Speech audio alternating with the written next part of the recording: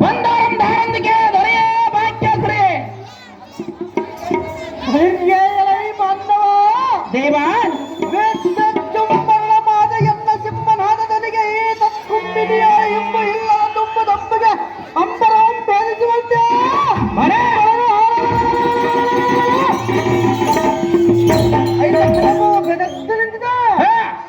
ಇಂತಹ ಕೋದಂಡ ವಿದ್ಯುತ್ ಪರಶಾಲಿಯನ್ನು ದಾರಂದು ಕೇಳುವ ನೀನು ದಾರನೇ ನೆರಳೆ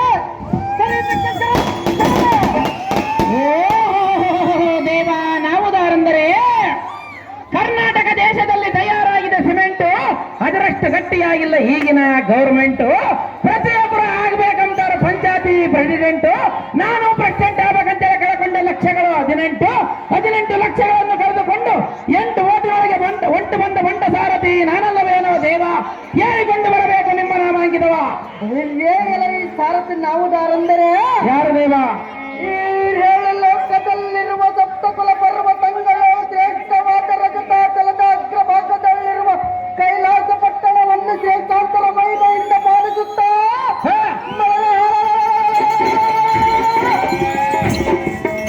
ದುಷ್ಟರನ್ನು ಕುಟ್ಟಿ ಬೀಸಿ ಶ್ರೇಷ್ಠರನ್ನು ರಚಿಸುತ್ತಾ ಅಷ್ಟಮೂರ್ತಿಯನ್ನು ಮೆಚ್ಚಿಸಿ ಶ್ರೇಷ್ಠಾಂತರವಾದ ಈ ಪಾಶುಪದವನ್ನು ಪಡೆದಿರುವ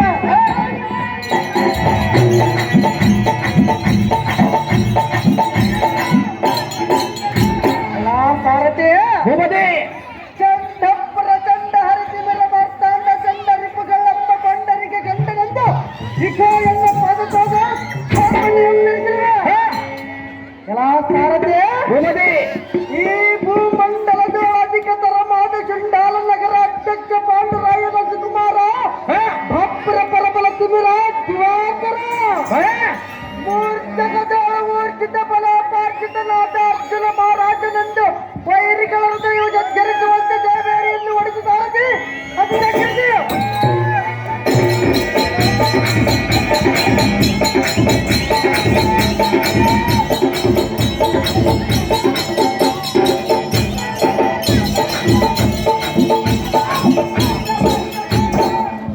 ಅರ್ಜುನ ಮಹಾರಾಜರಾದರೆ ಗರ್ಜನೆಯಿಂದ ಈ ಸಭಾಮಂದಿರಕ್ಕೆ ಬಂದ ಕಾರಣವೇನು ದೇವ ದಿವ್ಯ ಪ್ರಭಾವ?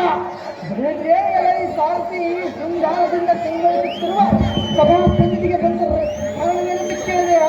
ಹೌದು ದೇವ. ಹೆಜ್ಜೆ ಪಿಜ್ಜೆ ಇಲ್ಲದ ನಿಜವಾದ ವಾಕ್ಯ ದೇವ. ಪರಮ ಕರುಣ ಚರಣಿಸಿವರ ರತ್ನ ನಿರ್ಮಲರವರೇ ಶ್ರೇಷ್ಠ ಚರಿತನಾದ ಧರ್ಮೋಪನಿಧಿ ಎಂಬರದಿಂದ ಕರೆಸಿದ ಕಾರಣ ಬರವಲ್ಲ ಸಾರಥಿ